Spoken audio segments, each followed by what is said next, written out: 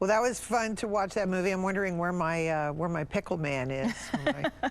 We're all looking for the pickle man. Joan Michelin Silver, I really love this film, and it was successful. You know, going back to her first film, Hester Street, which she made independently, nobody wanted to back it. Budget of $400,000. It went on to make $5 million.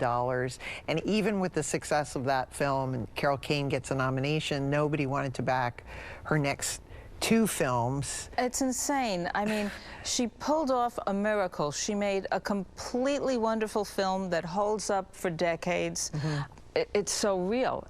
I had a great aunt who just recently died. She was almost 106.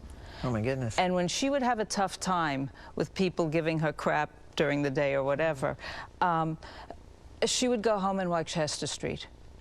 Because it just brought her back, and it was so uplifting and so joyous, and it just made her happy. And I told Joan about that, and she was so, oh, I'm so glad I made your great aunt happy. But I remember I was looking for a DVD of Hester Street to send to my aunt, and they didn't make it into a DVD. There was so little support. There was so little advertising. You know, she deserves so much better. Yeah. And it's as I said, re-seeing Crossing Delancey, it just reminded me again of her body of work and capturing that time in New York. And as I said, I love Chilly Scenes of Winter with Gloria Graham and Lindsay Krause, Mary Beth Hurt. It represents a time in my movie-going viewing that was, you know, that was really wonderful. And she goes back to this subject matter in Crossing Delancey that is, you know, not necessarily accessible. This, you know, Manhattanite, she's Jewish, looking for the perfect Jewish man. But it's not cliche. I think that that's how she gets away with it.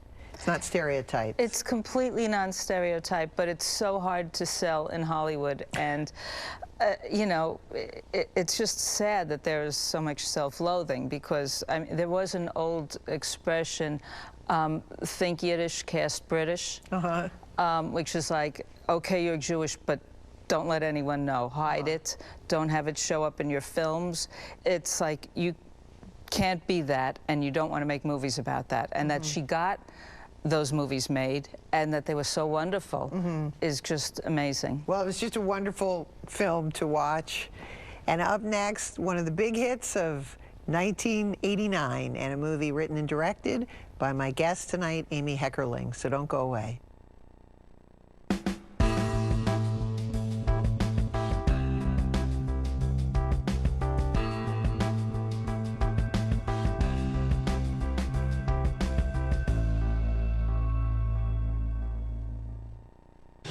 Turner Classic